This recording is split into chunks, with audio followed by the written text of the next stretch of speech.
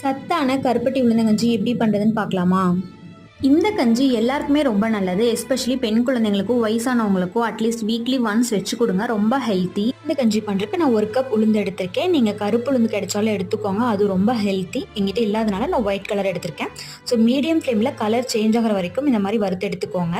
இதில் தண்ணி ஊற்றி வச்சுருங்க. ஒரு 1/2 hour to 1 hour நல்லா ஊறட்டும். ஊறினதுக்கப்புறம் ஒரு மிக்ஸி ஜாரில் சேர்த்திட்டு கூடவே 2 ஏலக்காய் சேர்த்தி நல்லா நைஸ் பேஸ்ட்டாக அரைச்சி எடுத்துக்கோங்க. நீங்கள் நல்லா தண்ணி விட்டே அரைச்சிக்கலாம். இந்த கன்சிஸ்டன்சிக்கு இருந்தால் போதும். கருப்பட்டியை இந்த மாதிரி நுணுக்கி வச்சுக்கோங்க. ஒரு பாத்திரத்தில் ஒரு டம்ளர் தண்ணி ஊற்றிட்டு ஃபுல்லாக கருப்பட்டியை சேர்த்துட்டு கருப்பட்டி கரைஞ்சதும் ஆஃப் பண்ணிடுங்க. இதுக்கு பாகுபாடு எதுவும் தேவையில்லை.